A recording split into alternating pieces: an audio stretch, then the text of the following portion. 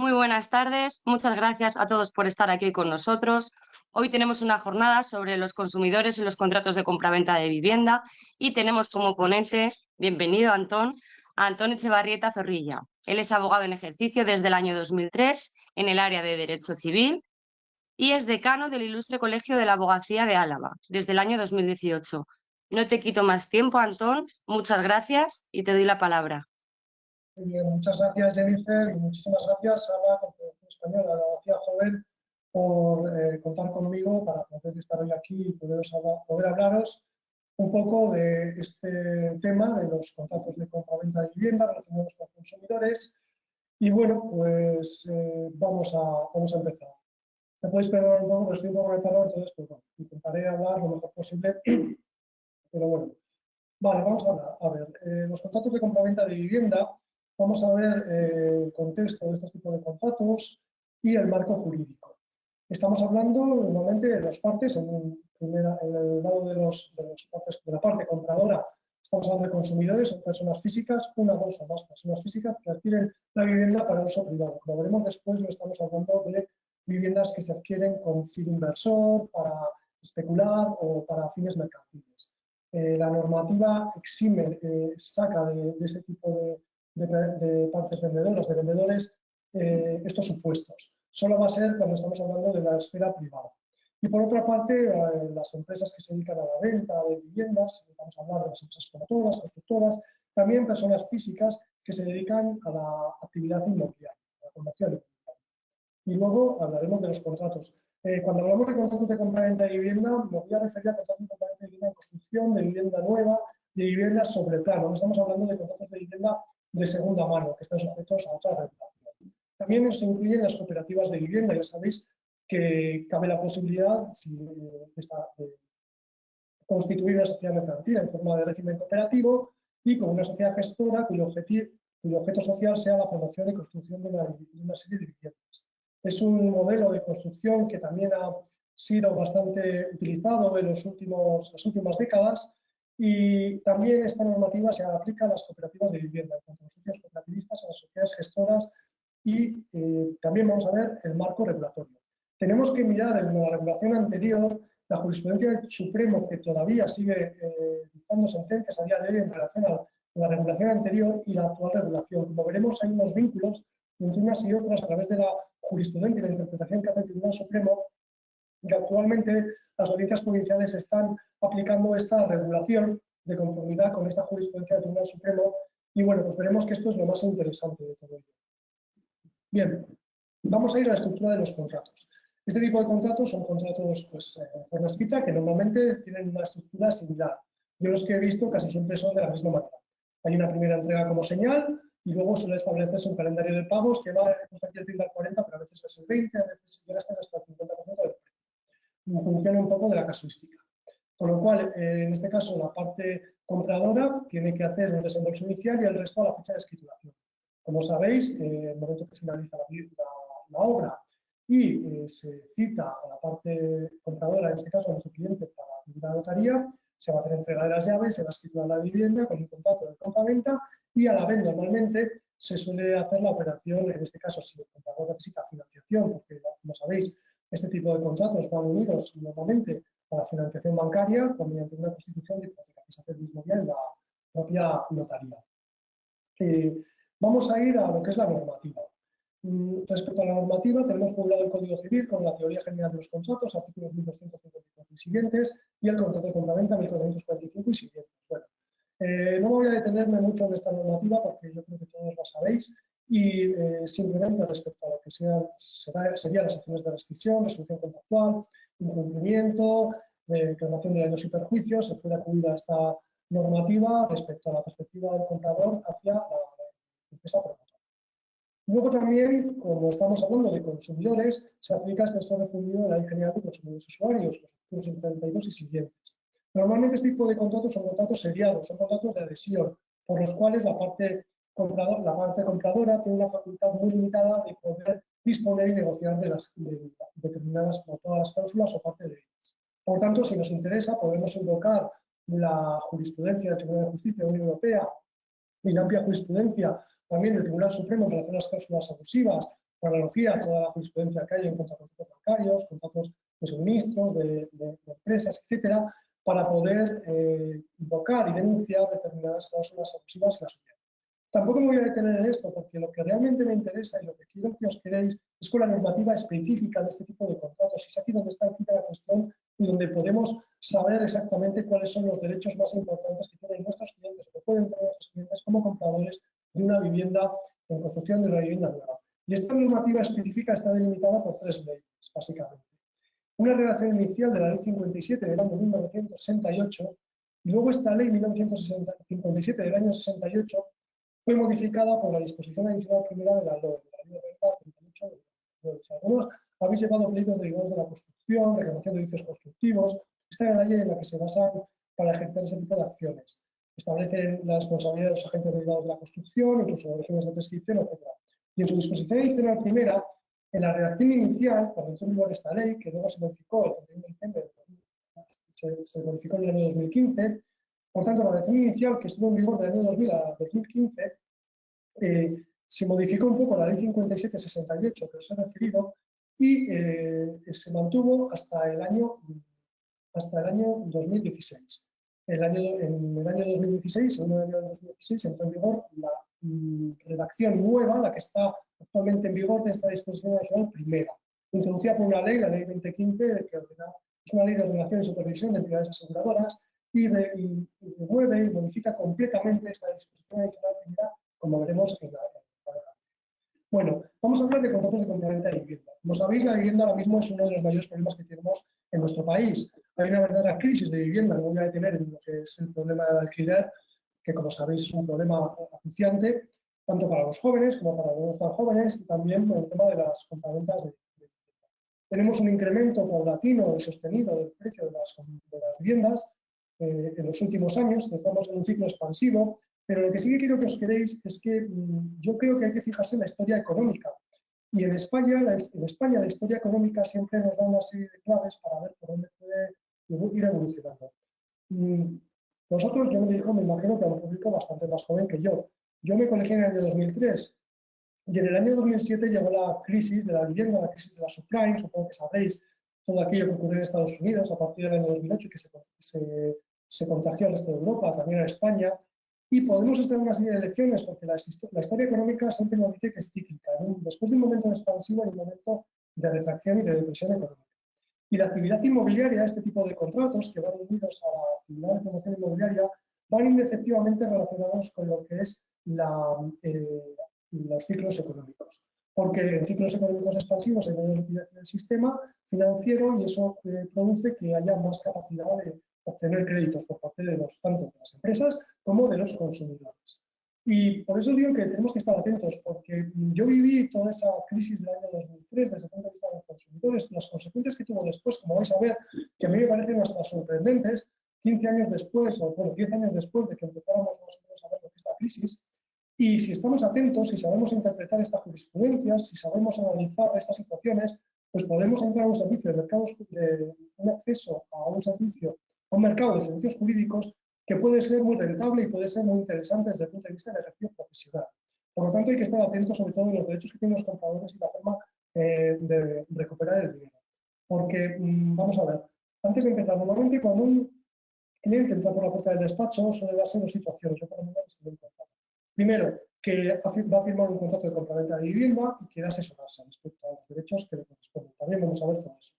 Pero desgraciadamente las situaciones más habituales que me he encontrado son las situaciones en las que el cliente ya firmó en su día el contrato de compraventa de vivienda, ya entregó cantidad de esa cuenta y desgraciadamente la empresa promotora tiene problemas de insolvencia, tiene problemas de liquidez y por circunstancias pues al final no puede recuperar el dinero y tampoco le entregan la vivienda.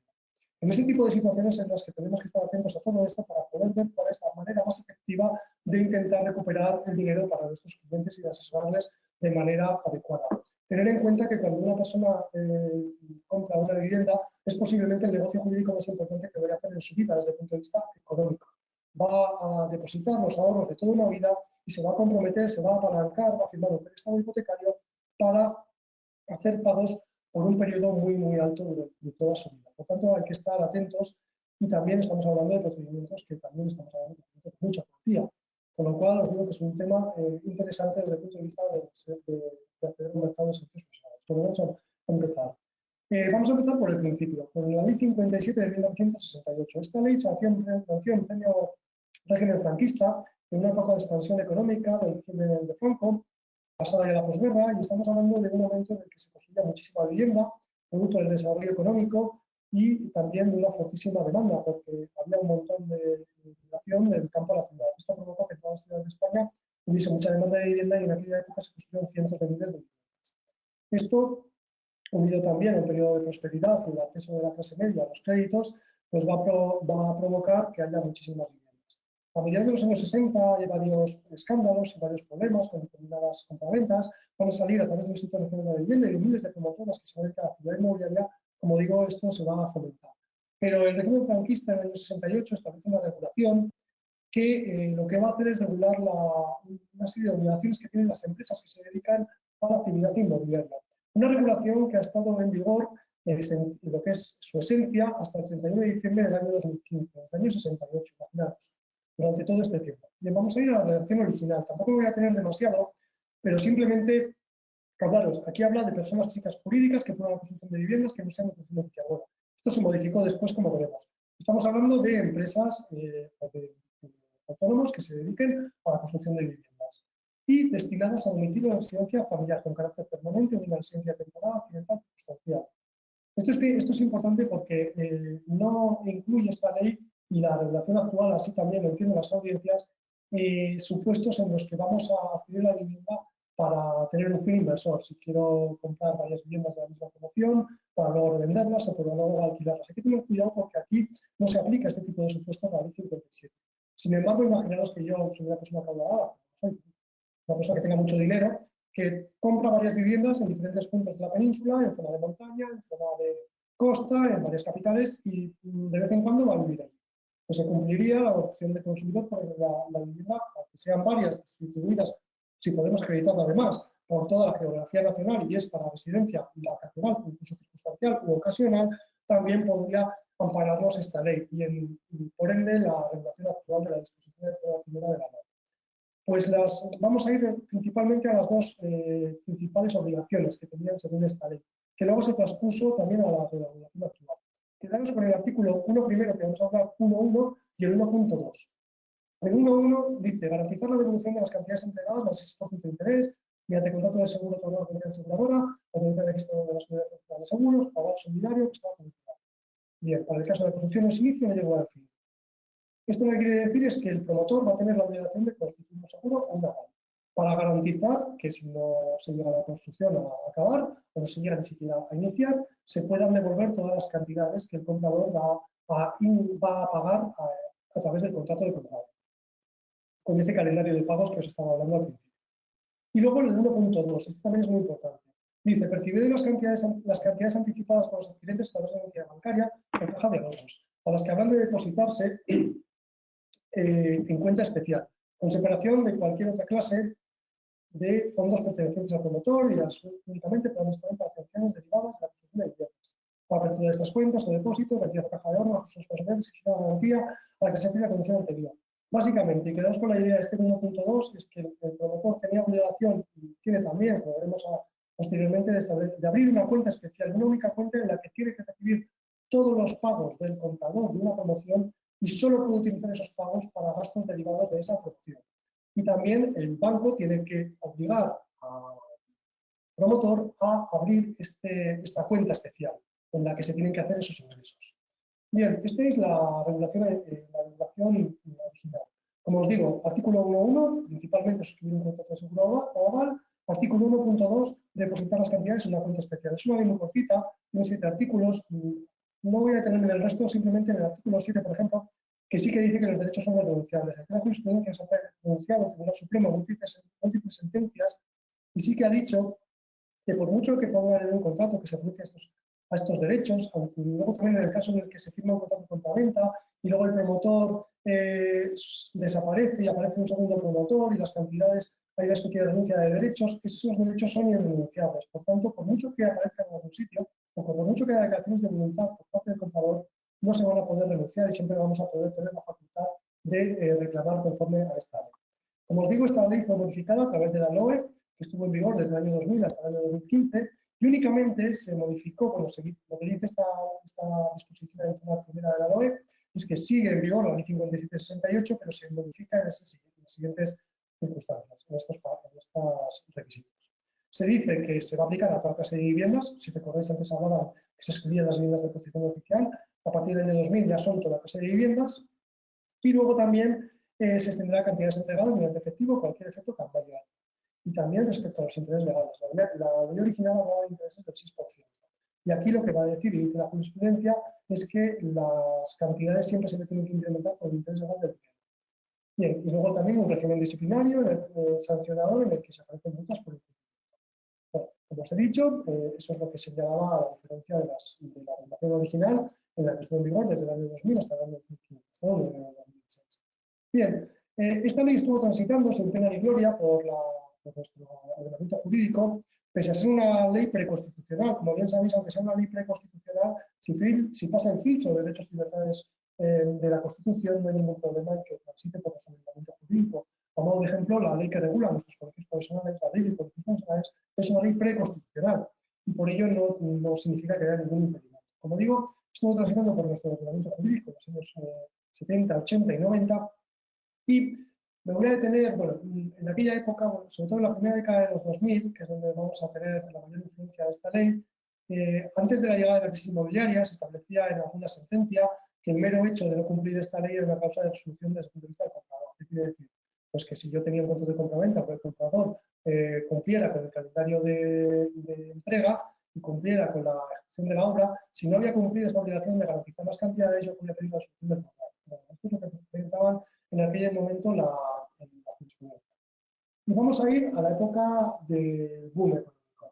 Como sabéis, en la primera década de los 2000 hubo un auténtico proceso de desarrollo económico en España, que tiraba en gran medida el sector de la construcción. Esto vino ocasionado principalmente por la modificación de la normativa del suelo, con la ley del suelo del gobierno del Partido Popular en el año 98, que modificó y amplió el suelo urbanizable. Esto unido a una disminución de los tipos de interés y un aumento de la liquidez de los mercados, trajo como consecuencia que a partir del año 2001-2002 empieza a haber un auténtico desarrollo urbanístico en España y se construyeron cientos y cientos de viviendas. Como consecuencia de todo eso había una fuerte demanda y los precios empezaron a subir de forma sostenible. No sé si os suena eso a lo que está ocurriendo un poco ahora, porque también algunos expertos dicen ahora que estamos en época de. Lo que sí que todos los expertos económicos en materia económica dicen es que las burbujas no se detectan hasta que explotan. O sea, nunca sabe cuándo está una burbuja hasta que de repente explota y luego ya todo el mundo sí que se atrevía a adivinar lo que nunca sabía en el momento en el que estaba esa burbuja en ebullición. Y eso ocurrió en España. Si veis la construcción en España, tiene una evolución hasta el 2007-2008 y luego fue bajando drásticamente como consecuencia de la crisis inmobiliaria de la crisis de la subprime de Estados Unidos, que produjo la quiebra de Lehman Brothers y de Tambalear del sistema financiero norteamericano, que también desarrolló un efecto contagio al resto de países de Europa, incluido en España. Y como el sector de la construcción, como os he dicho, tiene una fuerte dependencia de la liquidez de los mercados y de la financiación, se vio severamente afectado. De la noche a la mañana hubo miles y miles de promotoras que entraron en quiebra, miles y miles de personas, de compradores, que se quedaron sin contrato y sin vivienda. Y esto supuso un auténtico caos a nivel como ejemplo os diré que una de las mayores concursos más grandes de toda la historia de España es el concurso de Martín Sapadesa en el año 2007, que creo que lo llevó un jugador de mercantil de La Coruña con un pasivo de más de 7.000 millones, una única barbaridad, incluso comparado con números a día de hoy. Y ese era el panorama español. ¿Eso qué es lo que trajo como consecuencia? Pues que muchos compradores pues, reclamaran desde el punto de vista legal por incumplimiento contractual y a los promotores. Hubo un montón de sentencias de resolución contractual, de reclamación, pidiendo contra la devolución, más de múltiples juicios, más intereses. Pero la mayoría de las promotoras entraron en concurso de acreedores y en situaciones de insolvencia. Y como bien sabéis, el tener una sentencia de condena frente a una entidad insolvente, pues te puede servir maravillosamente para pagarla con un mal en tu nevera, pero no te va a servir para mucho más, porque al final vas a ejecutar y no vas a conseguir absolutamente nada. Y ese era el panorama, imaginaos, desde el año 2007 en adelante. Y vamos a ir a una sentencia del año 2015, la sentencia del 21 de diciembre del Tribunal Supremo, la 733-2015. Esta sentencia, que también se refiere a las dos anteriores, ya había sentencias de audiencias provinciales de unos años antes que empezaban a sostener esta tesis, Lo que hacen es, esta sentencia analiza todo esto que os he contado, todo este panorama de crisis económica, que analiza esta ley 5768, estas dos obligaciones, ¿os acordáis?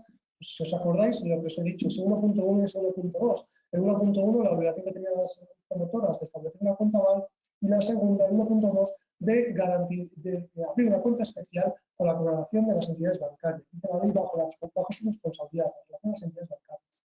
Pues el Tribunal Supremo, en esta maravillosa sentencia, fija en el fallo una doctrina jurisprudencial, y esto es taxativo. Yo pocas veces me he encontrado con un fallo de este tipo en el Tribunal Supremo, una sentencia además de pleno. Y dice, las comprobantes de vivienda regidas por la ley 5768 admiten que también tienen que ser los una cuenta al promotor.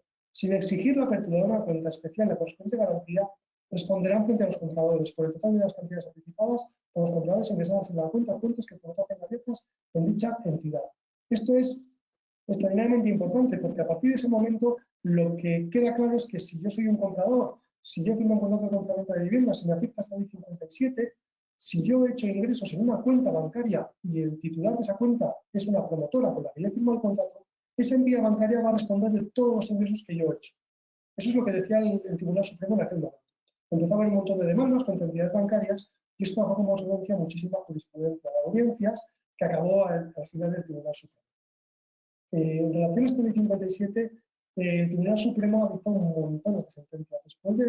Yo creo que después del tema bancario relacionado con cláusulas abusivas y gastos hipotecarios, era uno de los ámbitos en los que más doctrina ha generado, doctrina jurisprudencial del Tribunal Supremo. A día de hoy sigue todas las semanas dictando 2 o 3 sentencias relacionadas con esta ley 57 de 68, para que veáis la trascendencia que tiene. Y luego veremos que esa jurisprudencia se aplica por parte de las audiencias a día de hoy en relación a la actual regulación. Por tanto, estamos hablando de que de la noche a la mañana tenemos la posibilidad de reclamar las entidades bancarias por las cantidades que ingresó mi cliente en una entidad bancaria. Bien, vamos a ver, régimen de prescripción. También lo dice el Tribunal Supremo. ¿Qué régimen de prescripción se aplica? El Tribunal Supremo es que como es una obligación legal, se aplica el régimen general para las acciones personales. Por lo tanto, en aquel momento era de 15 años. Como sabéis, se pasó de 15 a 5 años con la ley 4215, pero no estamos hablando de un régimen de prescripción de un año, sino de 15 años. También respecto a la responsabilidad del artículo 1.1 y el artículo 1.2 de la ley 5768.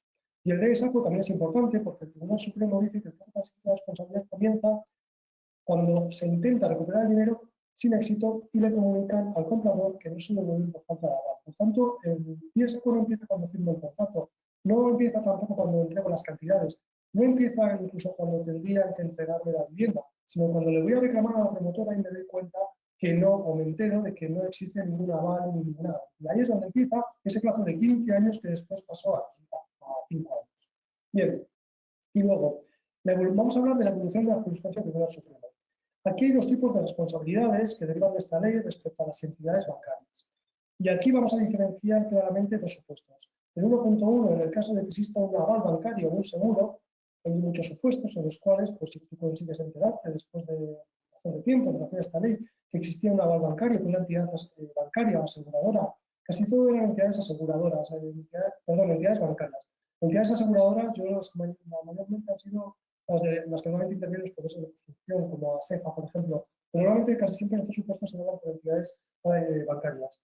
En este caso, se va a aplicar el artículo 1.1 y vamos a ver la jurisprudencia del Supremo que ha sido muy protectora en estos supuestos y responden amparando al comprador en un montón de supuestos. Y luego, si no existe un aval, imaginaros que al final firmas el contrato, llega a haber ganado al promotor, te enteras de que no existe un aval, pues hay una responsabilidad por ser depositaria. Es decir, hay una responsabilidad porque la entidad bancaria en la que he depositado las cantidades como comprador va a responder. Pero si bien al principio había una interpretación amplia y respondían las entidades bancarias en un montón de supuestos, el Tribunal Supremo, desgraciadamente, y a mí la verdad es que me ha llamado la atención en los últimos años, en el año 2024 y 2025, ha restringido muchísimo este tipo de responsabilidad, en el caso de que no exista un aval bancario. Y lo ha dejado limitado a 2 supuestos que luego veremos. Por tanto, en el caso de que exista un aval o un seguro, el Tribunal Supremo lo que va a decir, es que la responsabilidad es plena frente a los compradores. Estamos hablando de que el avalista responde frente al cesionario de la vivienda como daría el promotor de la devolución de las cantidades anticipadas por la que la cuenta de precios el promotor no cumple con la obligación de entrega efectiva. Por tanto, aunque no haya un aval individualizado, si existe una línea general de avales en la que además establezca un límite, pero ese límite también ha dicho el Supremo que no se aplica frente al comprador.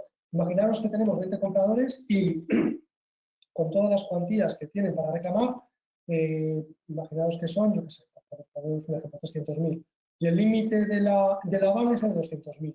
El Supremo ya ha dejado claro que ese límite no se aplica, que si hay un aval responde de todas las cantidades de todos los compradores, aunque no se haya extendido un aval individualizado. Os he citado esta sentencia, la 527 del 2025, pero hay otras muchas anteriores del Tribunal Supremo hablando de todo esto. Luego también se responde, en caso de que sea avalista, en caso de que haya un aval bancario, por todos los ingresos, aunque se hayan hecho una entidad o en varias. Si yo tengo un comprador que hizo el primer ingreso en una entidad bancaria y luego le dijo al promotor, no, ahora hazme este segundo ingreso en otra, y ha hecho diferentes ingresos en diferentes entidades bancarias, el Tribunal Supremo entiende que si hay aval bancario se va a responder de todas y cada una de las cantidades, siempre que estén referidas en el contrato y siempre que se pueda acreditar el pago. Incluso con la extensión de la factura sería suficiente. Y también la responsabilidad incluso por pagos en metálico. Incluso aunque haya pagos en metálico, evidentemente pagos en B no. ¿Qué quiere decir esto? En aquella época, pues tampoco había una ley que, como hay ahora, que obliga a hacer entregas en metálico, que las entregas de más de 1.000 euros están prohibidas. En aquel momento era, no sé si habitual, pero también era más fácil ver entregas de dinero de metálico bastante importantes. Pero si tenemos una factura que acredita esa entrega o un recibo que va relacionado con el contrato, también se va a incluir en el aval bancario. Y la entidad bancaria correspondiente, si tiene un aval, va a responder de todas las cantidades, siempre que se correspondan a entregas y a anticipos. Y luego aquí, responsabilidad cuando la función no se inicia o no llega a buen fin. Lo que dice el Supremo, lo que dice la ley es que no se inicie por cualquier causa en el plazo convenido. Pero ojo, hay que tener en cuenta que estamos hablando respecto a que sea responsabilidad del promotor. Porque si es una responsabilidad del comprador, porque en este caso el incumplimiento viene del comprador, no se aplicaría esta ley 57. Aquí he supuesto varios supuestos de sentencias del Tribunal Supremo en relación a otro acuerdo general al cumplimiento de la vivienda, la baja, por ejemplo, de contrato en los supuestos de cooperativa, la baja voluntaria del cooperativista sin ser justificada, la voluntad del comprador de desvincularse del contrato por razones ajenas al contrato. En fin, en definitiva, si la causa de no cumplir el contrato es atribuida al comprador, entonces tendríamos problemas. Y eso también se puede aplicar a la normativa actual. Y luego también tenemos lo que os decía, es en el caso de que haya un aval, el artículo 1. Y aquí, en el caso de que no exista un aval, imaginaos que llega el cliente y de repente se entera de que no hay un aval y no hay cumplimiento por parte de la promotora de cumplir con este requisito. Aquí se aplica el artículo 1.2 de la ley 57, pero solo en dos situaciones. Como os he dicho, el Tribunal Supremo antes era muy amplio, respondía, parecía que esa interpretación de esa sentencia inicial que os he dicho el 21 de diciembre de 2015 comparaba a todos los compradores, solo tenía que acreditar, y así lo hacían las primeras instancias y las audiencias en aquella época de los últimos años, solo tenía que acreditar que había hecho un pago por cualquier manera, por cheque, por ingreso, por transferencia, y acreditar que se le eche una cuenta a nombre de la promotoria, acreditar el pago, para que esa entidad bancaria que había abierto la cuenta a la promotora respondiera en relación a este artículo 1.2. Pero últimamente, en el año 2024 y 2025, el Tribunal Supremo ha dictado varias sentencias y ha restringido mucho este ámbito de aplicación, solo en dos supuestos. En letras descontadas por la promotora, como ahora veremos, y en ingresos por transferencia poniendo conceptos relativos a la cuenta de en relación a las letras adoptadas. Dice el Tribunal Supremo que es función de las entidades financieras indagar sobre los créditos que vamos a calcular a través de letras de cambio descontadas. Como sabéis, las líneas de descuento son un método por el cual la promotora tiene igual varios contratos de compra-venta y tiene varios compromisos de pago, por eso calendario de pagos para que paguen los compradores. Lo que hace es emitir una serie de letras y antes de que llegue el vencimiento de ese pago, lo adelanta a través de un contrato de adelanto de efectos por parte de la entidad bancaria. Lo que dice el Supremo, que esta operativa bancaria es evidente que, según dice el Supremo, yo lo comparto, pero tendría que aplicarse también a otro tipo de supuestos. Y lo que dice el Tribunal Supremo, que este tipo de operativa, pues evidentemente el banco puede conocer qué compradores son los que están aquí metidos y puede saber que ese adelanto de dinero pertenece a ingresos de compradores. Y por tanto, aquí en estos supuestos sí que va a amparar y va a condenar a las entidades bancarias a devolver las cantidades. Además, la cantidad que se devuelve es la cantidad que se ingresó en su día más los intereses legales desde el inicio hasta el final, como luego veremos. Y luego, Únicamente, y esto también lo tenemos que tener en cuenta para los supuestos actuales, que en relación a los supuestos en los que no hay aval, si tenemos un pago a una entidad bancaria, únicamente el Tribunal Supremo va a admitir la responsabilidad de la entidad bancaria en el caso de que haya una transferencia en la que se pongan datos que permitan o puedan permitir a la entidad bancaria conocer que ese pago provenía de un comprador.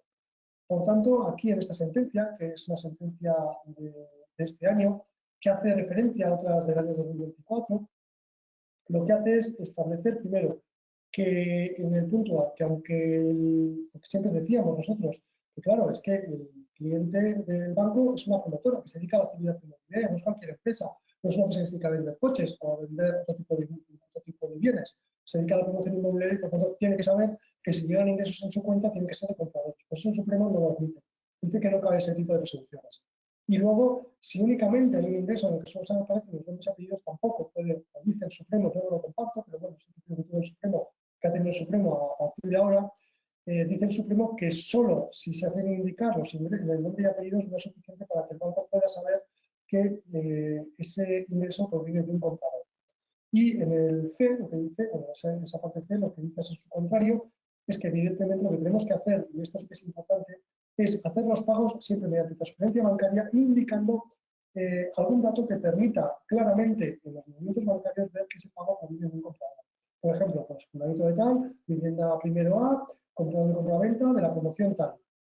Si aparece solo el concepto del ingreso bancario de la transferencia, ahí sí que, según el Tribunal Supremo, el banco tiene que saber que eso proviene de un comprador. Pero en el caso de cheques, en el caso de transferencias bancarias que no vengan ningún concepto de talones bancarios, a raíz de estas sentencias recientes, considera el Tribunal Supremo que no hay responsabilidad de las entidades bancarias.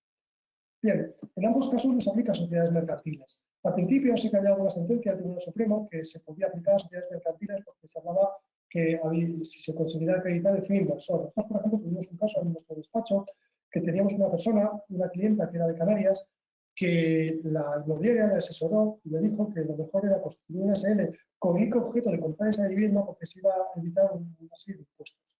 Y esta persona pues, constituyó la sociedad mercantil con ese único claro objeto y compró la vivienda a través de la sociedad mercantil, siendo ella sociedad única y administradora, y acreditando que era un fin inversor. Pero no llegamos a meter la demanda porque la justicia cambió y dejó claro el Tribunal Supremo que las sociedades mercantiles no pueden ser incluidas en la ley 57/68 porque se habla de domicilio social y no se habla de domicilio a efectos de la ley.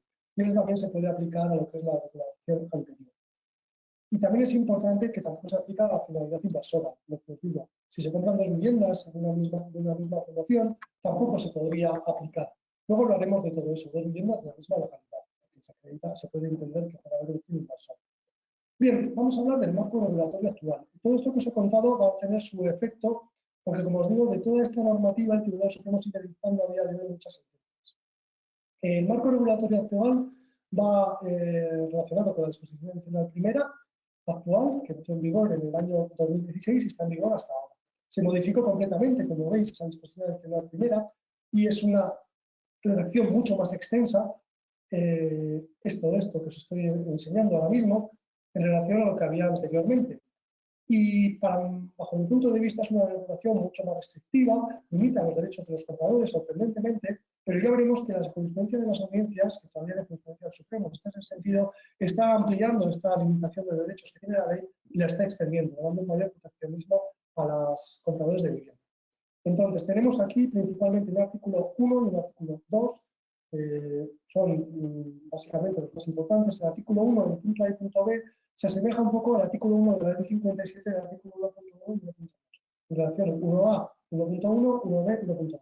Pero como veremos, también tiene diferentes matices. También habla de personas físicas y jurídicas que podrán construir casas y viviendas, régimen de comunidad de propietarios, sociedad cooperativa, bueno, igual. Esto se aplica a todo tipo de empresas o autónomos que se dediquen a la actividad inmobiliaria y que vendan desde cualquier forma de societaria, también cooperativas. El punto A, al igual que la ley 57, garantizar, aquí dice desde la obtención de licencia de edificación, luego ya veremos qué significa, la devolución de las cantidades entregadas a los servidores legales, mediante el contrato de un seguro de caución o mediante un aval solidario. Básicamente es lo que dice. La garantía se tiene que hacer mediante un contrato de seguro de caución o aval solidario. Y la segunda, la B, al igual que el artículo 1.2 que os decía antes, dice percibir las cantidades en las que habrán de depositarse en cuenta exponencial con separación de cualquier otra clase de fondos, al igual que la ley 57, para que dice la ley que solo pueden responder estas cantidades para destinarse a lo que son las obras derivadas de esa promoción, los gastos derivados de esa promoción. Para efectuar estas cuentas, las entidades de crédito, bajo sus responsabilidades, se quedan la garantía de esta promoción. Al igual que la ley 57-68, entiendo también aquí, entiendo la jurisprudencia que hay una responsabilidad de las entidades bancarias para obligar a las promotoras a cumplir esta ley. Sí que tengo que decir que actualmente, después de toda esta jurisprudencia y de las condenas que había en las entidades bancarias, actualmente la actividad inmobiliaria está muy regulada desde el punto de vista de que las entidades bancarias obligan a casi todas las promotoras a cumplir con esta disposición adicional primera y a únicamente abrir cuentas especiales, establecer depósitos determinados y garantías mediante seguro de caución o de mercado. Pero luego veremos que hay parte que no, ya lo veremos después. Las garantías. Bueno, el artículo 2 lo que habla simplemente en relación al artículo 1A de los dos tipos de garantías, porque como veis, se tiene que garantizar mediante un seguro de caución o mediante una aval. En cuanto al seguro de caución, aquí lo que estamos hablando son las características del seguro de caución. Y en la parte segunda, el aval, las características del aval.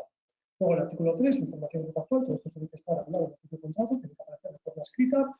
La ejecución de la garantía, también para el caso de que igual no ha llegado a construirse la vivienda, pero a mí me interesa la vivienda y quiero seguir con el contrato, pues se puede pactar la prórroga del contrato, que también tiene que tener como consecuencia la prórroga de las garantías.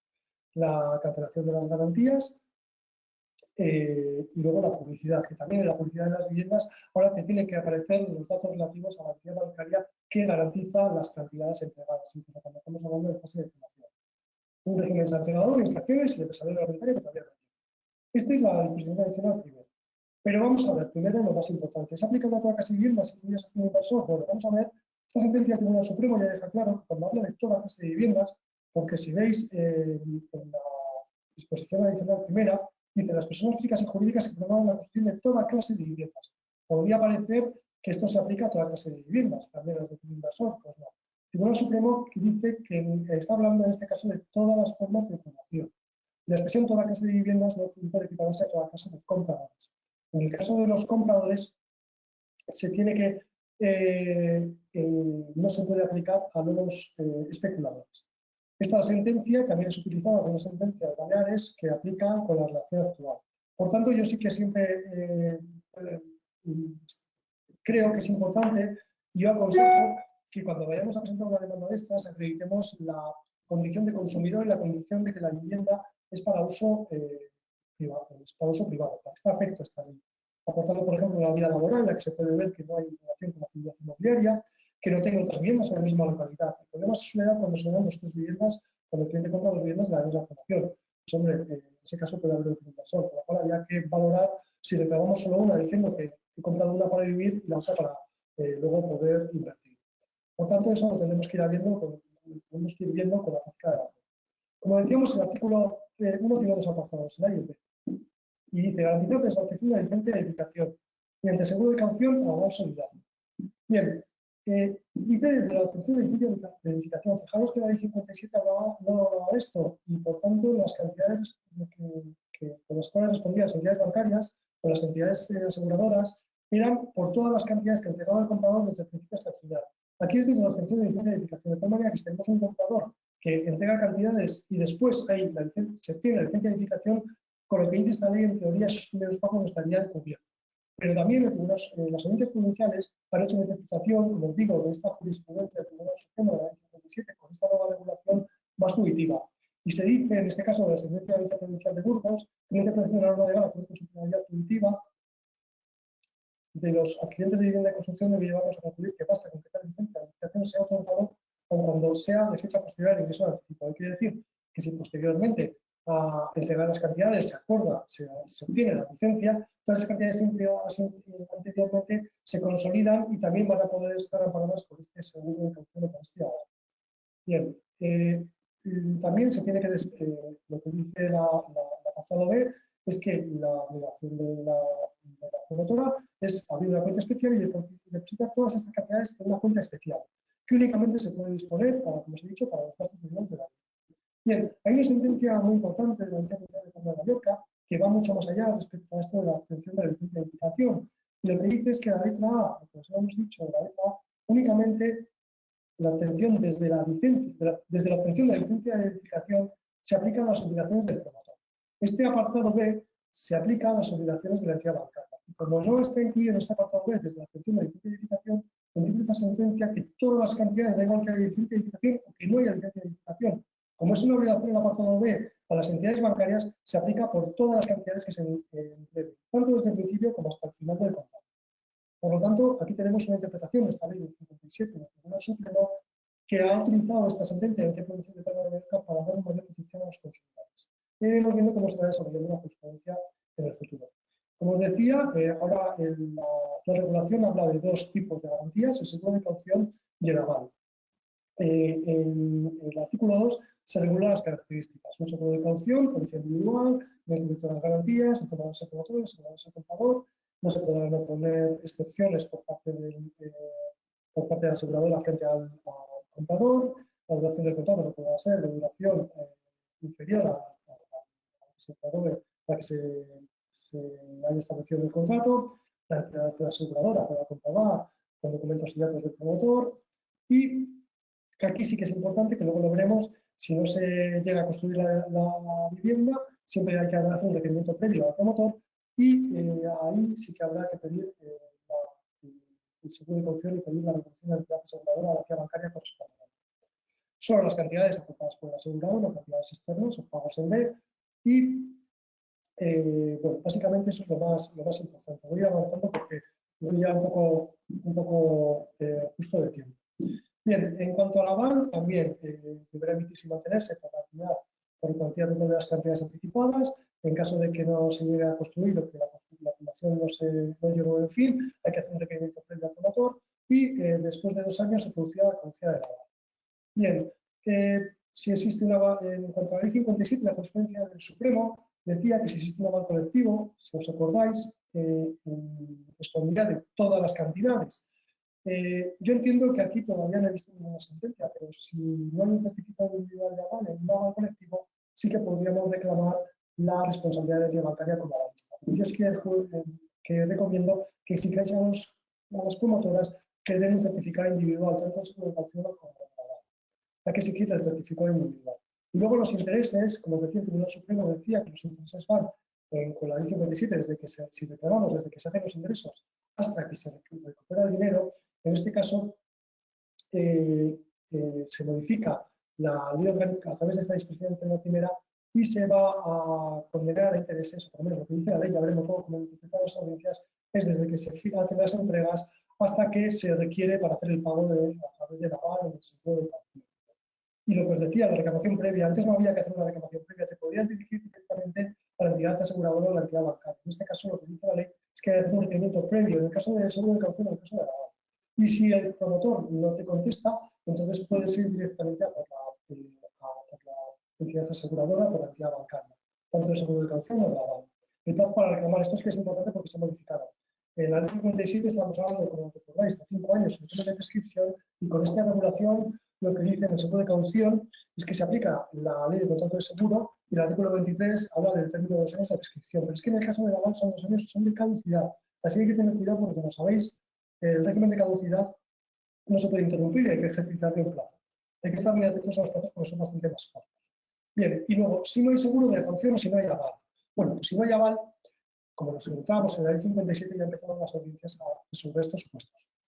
Lo que dice en este caso la Audiencia Provincial de Baleares, que como la ley habla, igual que la ley 57, de que bajo su responsabilidad tiene que obligar a la promotora a establecer una cuenta especial y que esas cantidades, según esta nueva disposición adicional primera, debían de conocerse y poder haberse conocido por cuanto que la actividad de la promotora es actividad inmobiliaria. Podría haber exigido a la promotora una apertura de una cuenta especial. Y por ello entiende esta sentencia reciente que se debe aplicar, al igual que se aplica el artículo 1.2, la responsabilidad de la entidad bancaria correspondiente. También dice esta ley que da igual que hubiera una licencia de identificación o no. Si estamos hablando de que no existe ningún aval, las responsabilidades del banco, y da igual si había licencia de identificación o no había. Se responde por todas las cantidades que estaban reconocidas en el contrato. Por tanto, como veis, esta sentencia de la Audiencia Provincial de Baleares recoge toda esta jurisprudencia que hemos hablado anteriormente y la incluye para dotar de un mayor proteccionismo a los compradores interpretando esa disposición adicional primera de una forma bastante más extensiva. En el caso de que no exista aval, también dice esta sentencia que tenemos que acudir al régimen general. Como es una violación legal, estamos hablando de un plazo de prescripción de 5 años que se puede interrumpir. A diferencia del seguro de caución, que son 2 años, y el aval prescripción adicional primera. Uno ve que estamos hablando de 2 años de caución. Aquí estamos hablando de 5 años de prescripción. Bien, eso es lo más importante. Luego, la información contractual, como os decía, se tiene que incluir toda la información relevante respecto a los avales en el contrato de forma escrita. La ejecución de la garantía, lo que os he dicho, se puede conceder la prórroga. La publicidad de las viviendas es importante porque se tiene que incluir las entidades bancarias, identificación de las entidades que están garantizando estas cantidades en la propia publicación, los regímenes sancionadores, desarrollo reglamentario. Conclusiones. Lo que os voy a decir básicamente, actualmente hay un mayor control, como os decía, por parte de las entidades bancarias cuando una empresa quiere realizar una actividad inmobiliaria. Este régimen es más restrictivo, por eso hay que tener en cuenta que tenemos que exigir el certificado individual. Y ya veremos lo que va a decir la jurisprudencia a partir de ahora. Y luego también es importante, y esto sí que es muy importante, decirles a los clientes que todos los pagos que hagan lo hagan por transferencia y que aparezcan los conceptos que puedan permitir al banco conocer que previene estas cantidades de compradores. Porque puede ser, todavía no lo hemos visto, pero puede ser que se empiece a aplicar esta jurisprudencia que os he dicho respecto a las responsabilidades de entidades bancarias cuando no hay aval con esta nueva regulación, y puede ser que el banco diga, no, es que como yo no sabía que esto era un pago de un cheque, que esto provenía de un comprador, yo no tengo responsabilidad. Ya veremos cómo interpreta la jurisprudencia esta nueva regulación. Pero por si acaso, conformidad con la jurisprudencia anterior, hay que poner, y siempre es mejor poner nombre, apellidos, vivienda universal, promoción, primer pago, segundo pago, que quede bien claro el concepto que el pago se realiza por un comprador.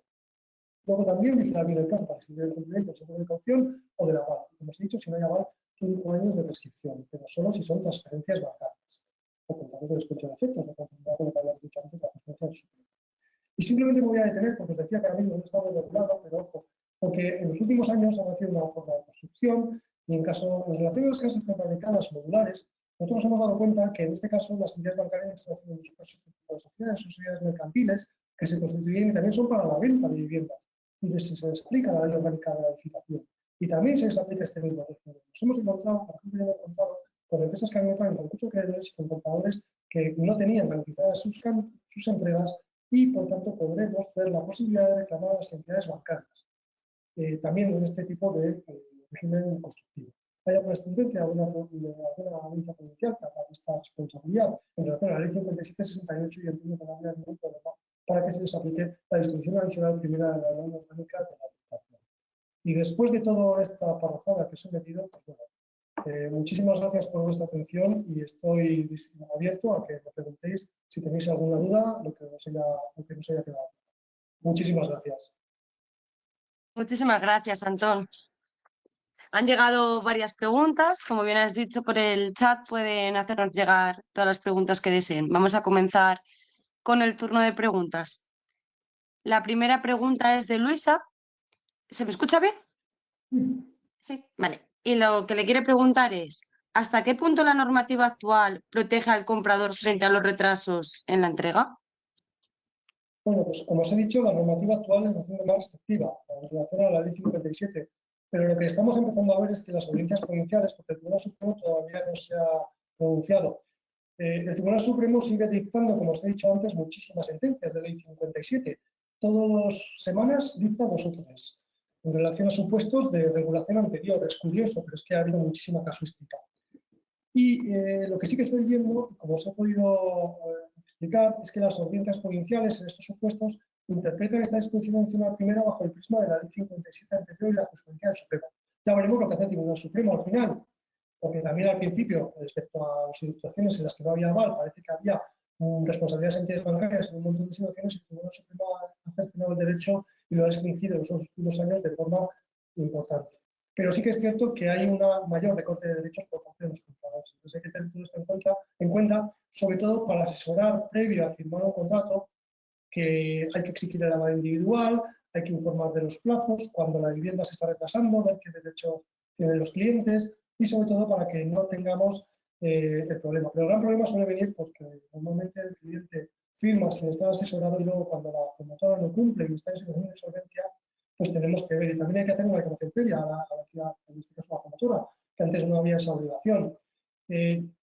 Veremos a ver si nos interesa ir directamente a la entidad bancaria, perdón, por la promotora, si estamos haciendo, por ejemplo, concurso de acreedores, o ir directamente a por la entidad bancaria aseguradora, o si no hay una aseguradora, o no hay un aval bancario, un aval o un seguro de caución, ir directamente como depositaria por la entidad bancaria correspondiente. Eso lo iremos viendo, pero sobre todo hay que ver muy bien los contratos y asesorar previamente a los clientes.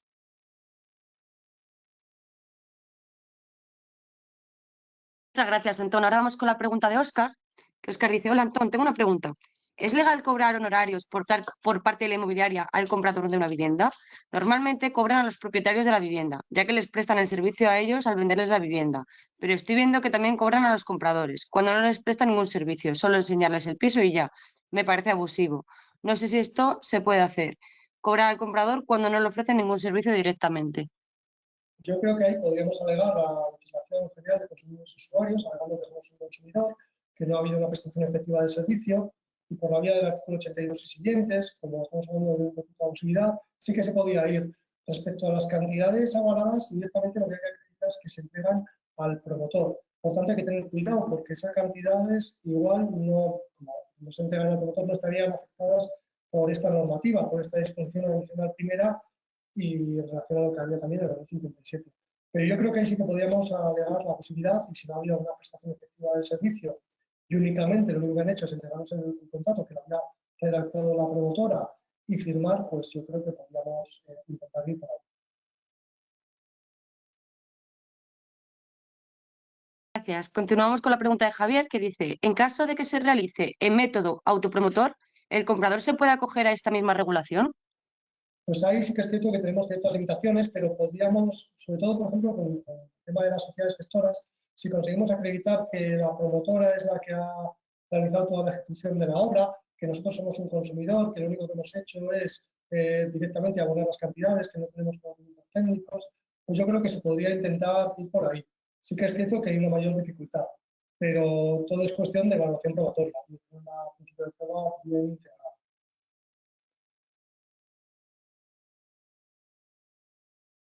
Lucía le quiere preguntar que cómo se gestiona la acreditación del incumplimiento cuando la promotora no facilita información o documentación. Bien, nosotros aquí en este tipo de casos, en todos los proyectos que hemos llevado, sí que, por ejemplo, si quieres acreditar el incumplimiento, puedes acudir, por ejemplo, al ayuntamiento correspondiente. Nosotros hemos ganado muchos procedimientos judiciales acreditando el incumplimiento, que aunque no tengamos una sentencia de condena, porque no, con la ley 57 y con esta ley no tienes que hacer un requerimiento previo, no tienes que presentar una demanda de resolución contractual frente a la promotora, puedes dirigirte directamente a la entidad aseguradora. Pero, por ejemplo, para los casos en los que no hay un seguro ni hay un aval, tú dices, ¿cómo acredito que no me han entregado una vivienda?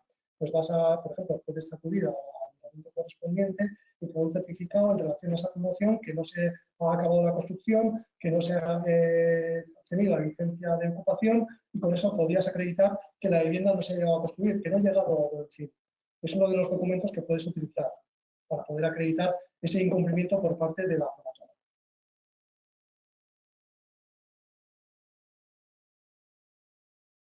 Muchas gracias. Angélica le pregunta: ¿qué ley corresponde en el caso de ser comprador con finalidad de inversor? Pues según esta ley, podrás ir a por el promotor, podrás pedir la resolución contractual, desde el punto de vista de la contratación, del Código Civil, para las cláusulas que puedas hacer, pero la ley y la jurisprudencia del Supremo además va a ir perfilando con un montón de sentencias. Por ejemplo, en el caso de que haya, claro, es que esto es es una cuestión de prueba.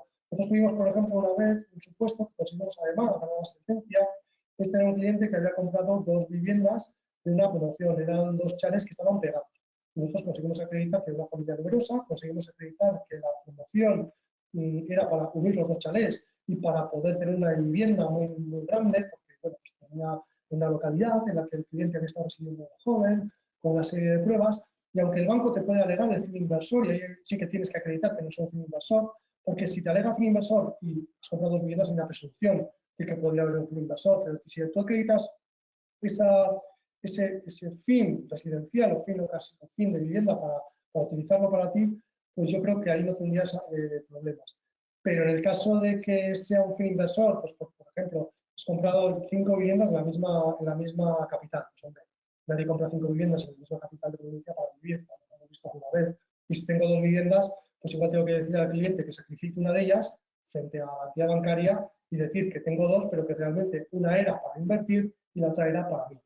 Y luego, pues tampoco tendría mayor problema si tengo varias viviendas dispersadas por toda la geografía nacional. Los bancos, por ejemplo, sí que es cierto que a veces pueden ir a registro de índices de la propiedad para decir, no, es que he tenido viviendas, es que ya he tenido una vivienda anterior, pero claro, si yo tuve una vivienda anterior, la he vendido y quiero comprar esta, y no consigo que me la entreguen y luego me compro otra vivienda en la misma localidad, ahí no hay un fin inversor, porque en el momento que yo firmé el contrato no tenía ninguna vivienda, o tenía una única que luego iba a vender.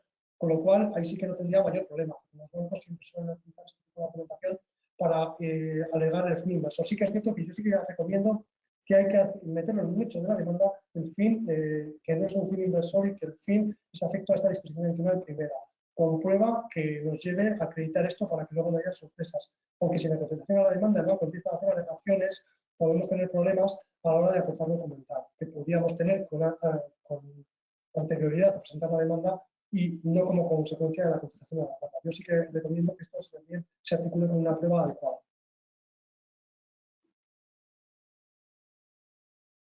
Gracias, Antón. La siguiente pregunta es, ¿cuál es la fuente jurídica que corresponde a personas jurídicas en el rol de comprador?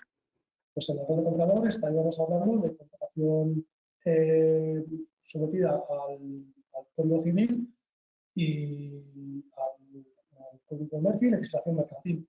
Esta ley, esta regulación está pensada, por lo menos a día de hoy, salvo que el Tribunal Supremo cambie el criterio y diga que con la nueva regulación, pero ya habéis visto que como se aplicaba en esa sentencia del año 2017, que también lo utiliza la Audiencia Provincial de Baleares en el año 2025, a un supuesto de actual regulación, habla de toda clase de vivienda respecto al régimen promotor y al régimen de edificación, no a toda clase de compradores.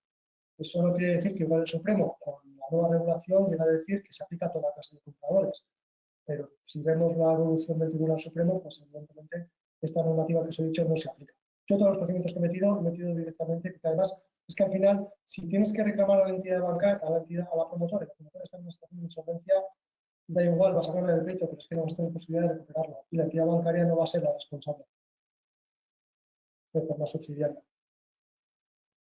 Gracias. Voy con la pregunta de Susana, que bueno, son como 2 preguntas.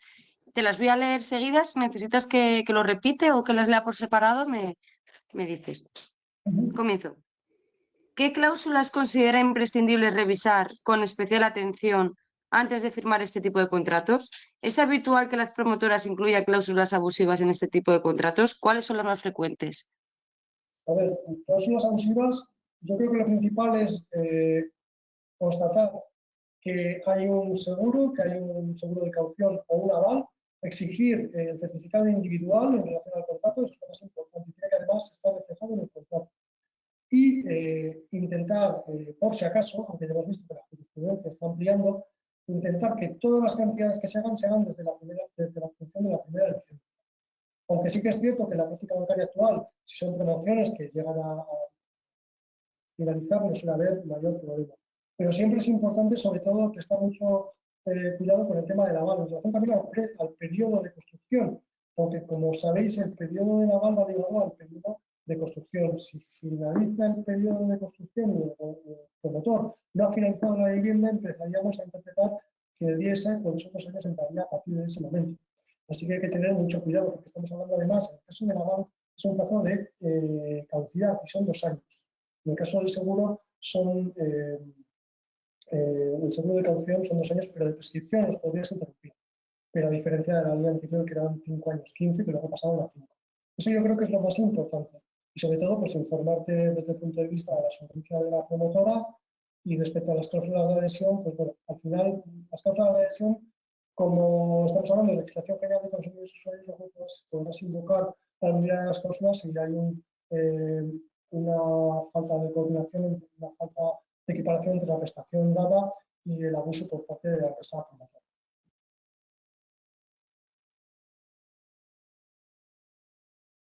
Gracias. Y salvo que entre otra... Perdona. Y en relación a eso, lo que os he dicho, importante, todos los ingresos por transferencia y poniendo el concepto claro de cómo se hace. No es que me dice el promotor que le haga un cheque bancario, no, un cheque bancario no, transferencia bancaria. Poniendo en el concepto, fulanito de tal, vivienda número tal, promoción tal, comprador de vivienda. Con eso, por lo menos, si al final no hay aval o te ponen pegas con el aval, habría responsabilidad de la entidad bancaria como depositario.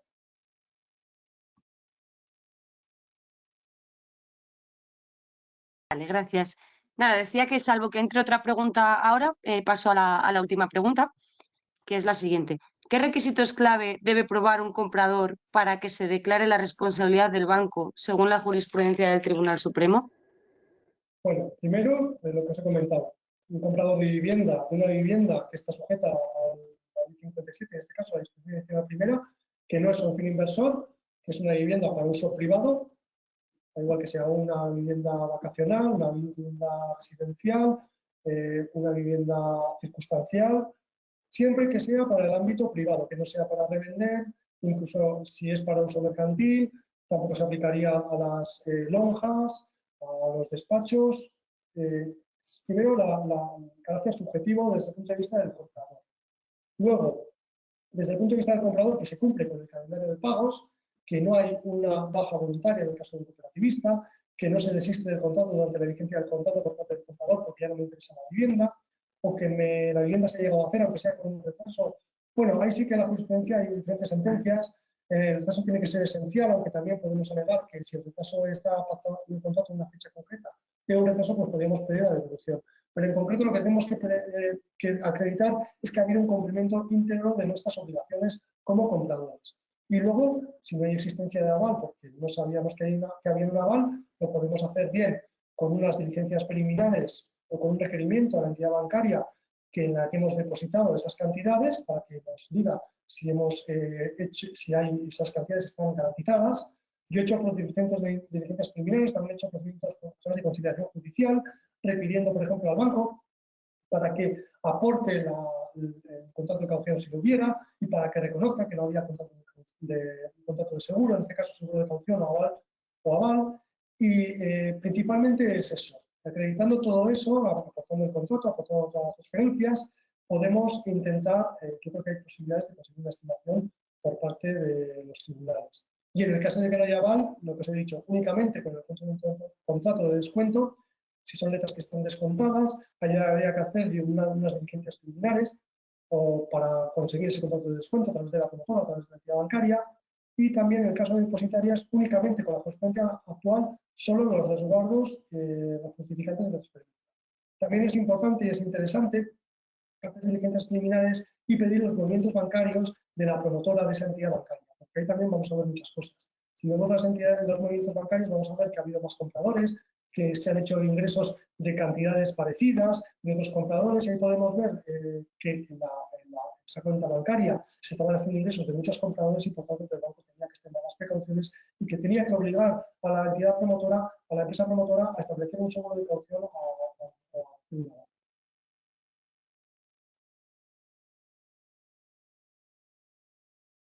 Pues Antón, esa era la última pregunta. ¿Vale? Darte las gracias en nombre de los asistentes, que bueno, que no puedan poner el micrófono, nos han llegado mensajes por escrito junto con las preguntas. Y por parte de la Abogacía Joven, muchas gracias por haber estado aquí con nosotros. Ha sido una jornada muy interesante y esperamos poder tenerte pronto. Muchas gracias a vosotros y nada, muy agradecido de poder haber estado con todos vosotros. Muchas gracias. Un saludo. Gracias, un saludo.